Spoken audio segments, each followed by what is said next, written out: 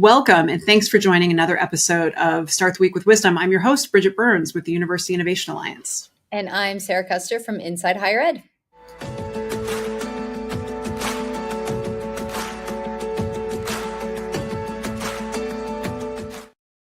Each week, we bring you a short, uplifting conversation with a college president or chancellor who we think is leading in the field and you should be listening to. Our hope is to give you some inspiration, some perspective, and a little bit, just a dash of wisdom to start your week out. That's why we call it Start the Week with Wisdom. This show, Weekly Wisdom, is sponsored by Mainstay, the student engagement and retention platform proven to work through peer-reviewed research. Check out the research and learn more at mainstay.com. The show is also broadcast on the Innovating Together podcast, which is sponsored by the Carnegie Corporation of New York. And today we are welcoming Portland State University President Ann Cudd to the show. She leads Oregon's Public Urban Research University. She's a distinguished philosopher and a seasoned leader in higher education. Welcome, Ann. Hello, Sara and Bridget. What a pleasure to be here with two women I so admire.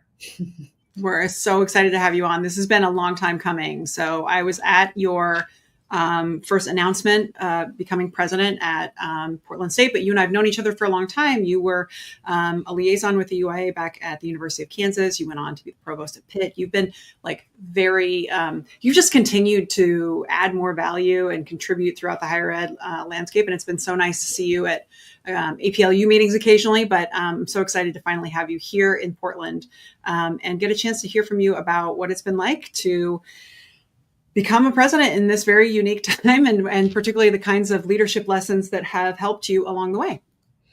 Thank you. I'm delighted to be here. So the first thing we wanted to ask you was actually to pull it back a bit. We would love to have a conversation that is first grounded in the ways that higher education set you up to do the job that you do today. I'm curious if there was an experience in your undergraduate career that most prepared you for success in your career? Yeah, well, my career, of course, is in academia. I've been a philosophy professor and a dean and a provost and now a president. So I've got a particularly nerdy story to tell you, I guess. So when I was an undergraduate, I read this incredible article called Empiricism and the Philosophy of Mind by Wilfrid Sellars.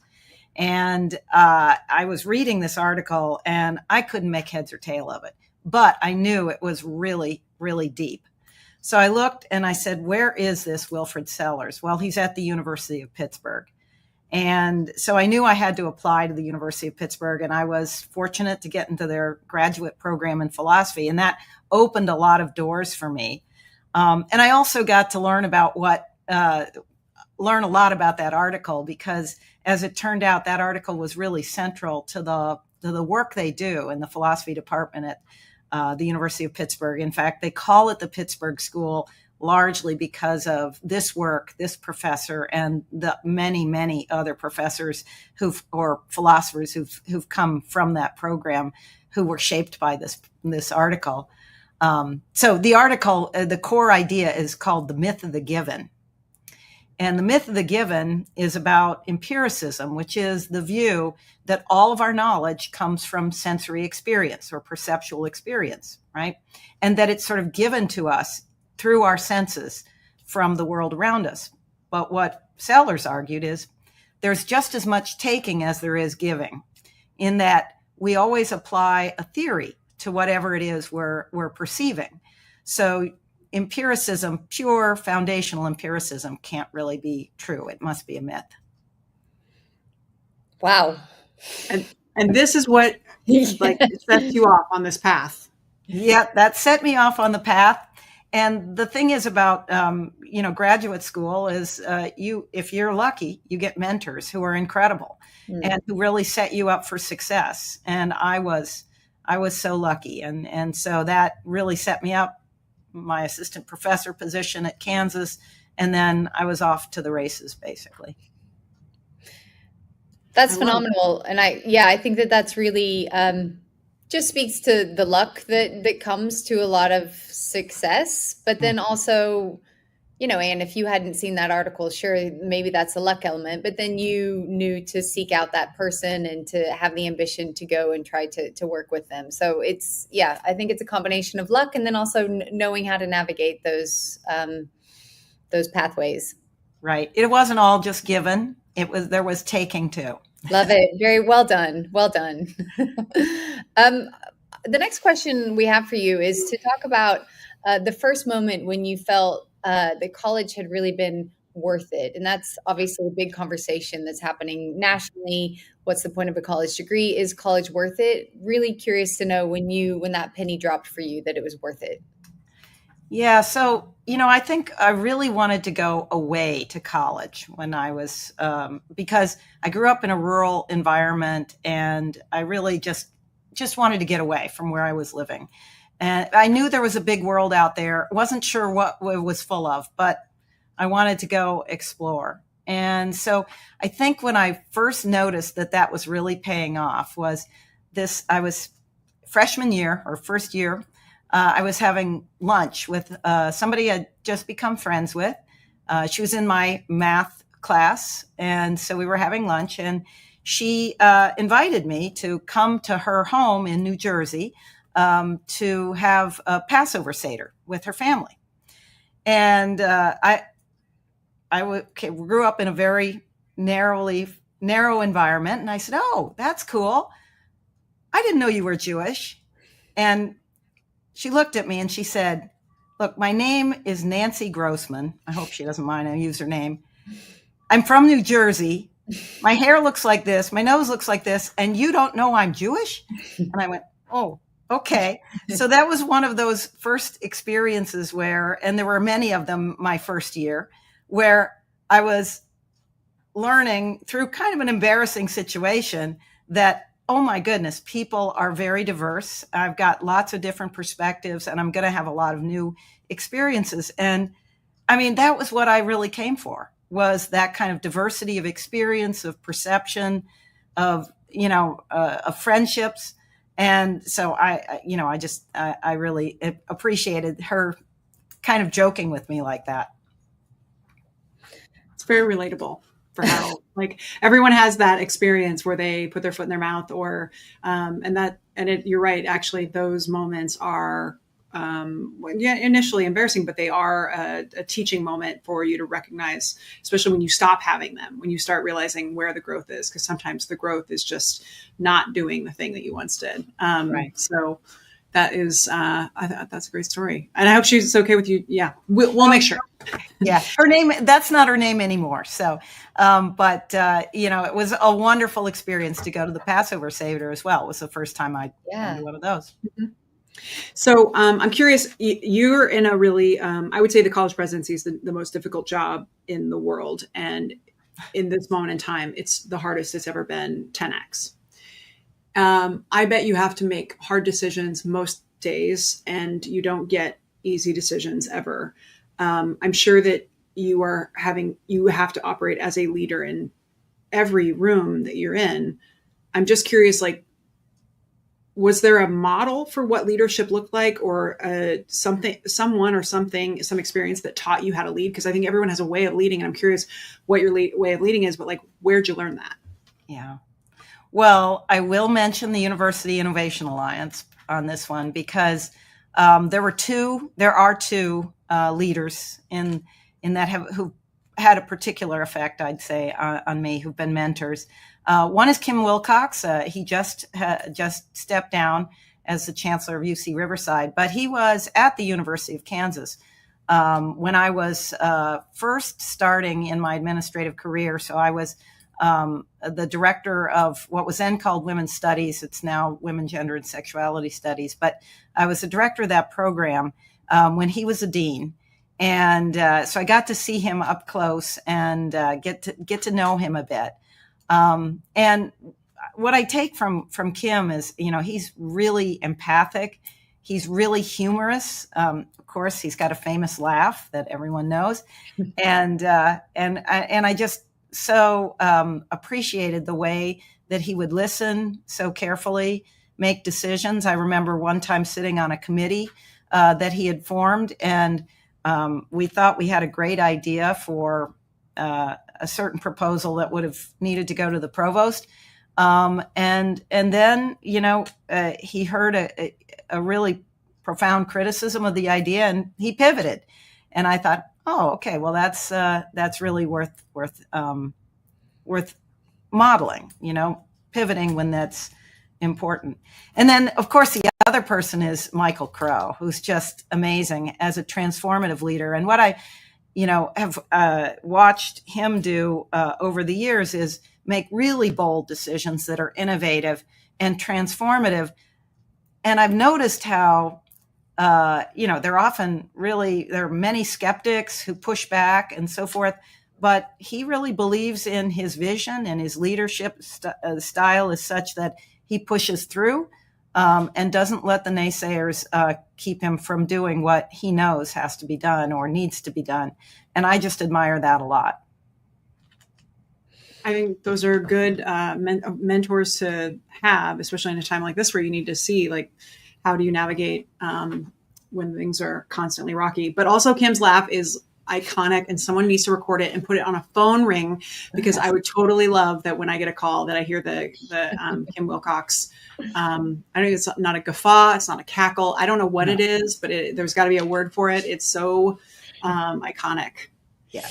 I first encountered that laugh on Weekly Wisdom, Bridget. So we do have a recording of it somewhere. So if push comes to shove, we can just slice it from a past podcast episode. But yeah, and I really liked your examples as well. And I think what came out from that for me was empathy and just kind of courage of your convictions, which Michael Crow has got in spades, certainly. But empathy is a nice pairing to that, I think. Another question we had for you was just unexpected lessons that you may have encountered or learned over the years as you've climbed the ladder through various administrative positions in higher education. Yeah, well, Bridget alluded to the fact that this has been quite a tumultuous time. And certainly there was the COVID pivot that was tumultuous, but even more so was last year's protests and all that went on. And certainly Portland State was battered about by that. And I never expected what we had. I think the last time we had protests that were so disruptive and so intense was the Vietnam War era. And I actually remember I was living in Ohio as a kid, as a grade schooler, when Kent State happened. And, so that is the time that I sort of hearkened back to when I thought about what was going on a year ago, or a little over a year ago on campuses. And I think that, what I've tried to take from that is that, free speech and the right to protest are incredibly important to support, but supporting them also means putting some guardrails around it so that it doesn't cause really unnecessary or really unjustifiable harm to many of the other students and denizens of the campus community. And I don't think we did that very well at the beginning or through the year, but I think that the ways that we've tried to do to put those guardrails up together through various, various time, place, and manner restrictions and things, being clear with our students, clear with student leadership about what is appropriate and what isn't. That we've done a much better job this past year of taking care of that. I think that's true nationally, and it's certainly true on the Portland State campus. Well, and you were not very far into your presidency when all that happens. Like, I just think more beyond the topic, I have never met a college president who comes in and knows exactly what the job is. Mm-hmm. You have an idea. You have seen some. Mm-hmm. But you have actually no idea, and nothing prepares you to only interact with people who want something from you or work for you. Right. And it's really hard to keep your vision clear and your peripheral vision, balanced when everyone around you wants you to like them and wants to, show you their thing.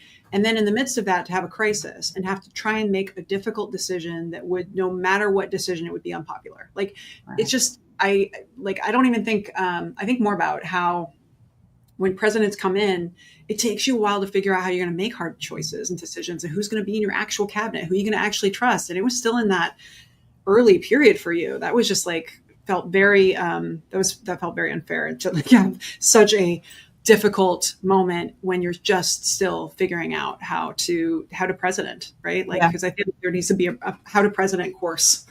Yeah, no, I know. And, I did think back to my chancellor at the University of Pittsburgh when I was the provost there, and Patrick Gallagher. And one of the things that he said, which I thought was a little bit surprising, that I don't know why, and I now don't think it's surprising, but he said, number one job is to keep the campus safe, to keep people on this campus safe. And I thought, Now, he had worked for NIST, and he had, during a time when there was a nuclear contamination in Boulder, and he had to be the one to go in and examine and investigate and so forth. And so he really had a very literal sense of safety, right? Physical, literal sense of safety. And I knew that, and I didn't really think about that too much until we had the occupation of our library on our campus, and all of the things that went along with that. Yeah. Resiliency was a word that I was thinking of. And I mean, this was career-ending situations for several presidents. So the fact that you managed to hang on and you're still here with us, Ann, after getting through that in your first year, I think speaks volumes to your leadership style and your resiliency as a leader, as you are still navigating how to president. Right. Yeah. Well, thank you. I'll shift to a positive question then associated with that is like, when you're doing that, I want to understand how you keep resilient. And I'm guessing that you have parts of your job that you really love that are a great reminder of your purpose or bring you the greatest joy. We just had graduation. I mean, I wish we could have graduation like every month or so right now for like the mental health and morale of our sector. It'd be just like monthly graduation would be great. But what is for you? How do you kind of keep your sense of purpose and what are you most proud of, I think, in associated with this role? Well, on that, this morning I had orientation, which is second to graduation, as one of the happiest and most fun things to be doing. So to get up there and to welcome people to orientation, new students, that and their families, and to see the hope and the optimism and also anxiety in their eyes, and to be able to assure the families that yes, your students belong here, and to assure them that they belong. So that's really great. But I would say when it comes to resilience and purpose, I think about how grateful I am for the many gifts that I've been given, from higher education, from my mentors, whether it was in graduate school or the leaders who've been my mentors, to Portland. The city of Portland has given me many gifts. And I just think how fortunate I am and how privileged I am. And my purpose, my sense of purpose is I want everyone to feel that sense of they belong here, that they can do things, that they're able to exercise agency and to achieve at least some of their dreams. And I'm convinced that higher education can do that for individuals and as well as for society. I think it's really a noble purpose and a noble mission. I agree. When people talk about finding jobs, and especially ascending to a job like a college presidency, they use the word fit a lot, finding the right fit in an institution that reflects your values and aligns with your values, but making sure that the institution's values align with yours and yours align with theirs. So that's my question is how does Portland State's values align with your personal values as a leader? Yeah. Yeah. Well, I decided to apply for the job at Portland State. One, after a conversation with Bridget Burns about Portland State, because she lives here in Portland and I knew she would know a lot about it. But two, I saw the ad for Portland State in Inside Higher Ed. The headhunters didn't come looking for me for this job. And maybe some people would say, oh, that's kind of a different career, trajectory. You've been at these R1s, these AAU institutions, even, elite institutions like Boston University and the University of Pittsburgh. Portland State's urban regional university. Why? And what attracted me so much is the accessibility and social mobility mission of Portland State, and the fact that they have this motto: "Let knowledge serve the city." And I really believe that that knowledge can serve the city, can serve individuals, but that we have not done a great job in terms of making sure that not only is higher education accessible, but that students from all across different income ranges can also be successful and can achieve their dreams. And so I thought Portland State is the kind of institution where I could at scale make a difference in this area, in the area of social mobility. I'm a social and political philosopher, and my work has been on inequality and oppression. And I've looked at, from that lens of a political philosopher, a social philosopher, at how higher education is, in many ways, many times, sort of failing to decrease the gaps within society, and instead increasing them in a knowledge economy where only the privileged get the most privileged education. And so I really felt that it was that Portland State was an opportunity to make a difference, to help an institution that is really trying to close that gap and make dreams come true across the entire income spectrum. Great. I think you're a perfect fit for Portland State. I hope you don't regret my my advice at that time. Not for a minute. I love it here. Portland State to me is scrappy and tenacious, and you are scrappy and tenacious, and you are a perfect fit. There's no way that Portland's going to turn things around if it isn't as a direct result of Portland State. And I'm cheering you on personally for a lot of reasons. But I'm just so grateful that we got a chance to talk with you today and share a little bit more about you. It's been such a joy to watch you move throughout your career and see the impact that you're having. And I can't wait to see what you continue to do. So it's been just a privilege and honor, and we're grateful to have you connect with our audience. So thanks so much for being here today. And for Sara, thanks for being world's greatest co-host. Hey, back at you. Thanks so much. Thank you, Bridget and Sara. It was great to connect with you today. Thanks, Ann. All right, see ya.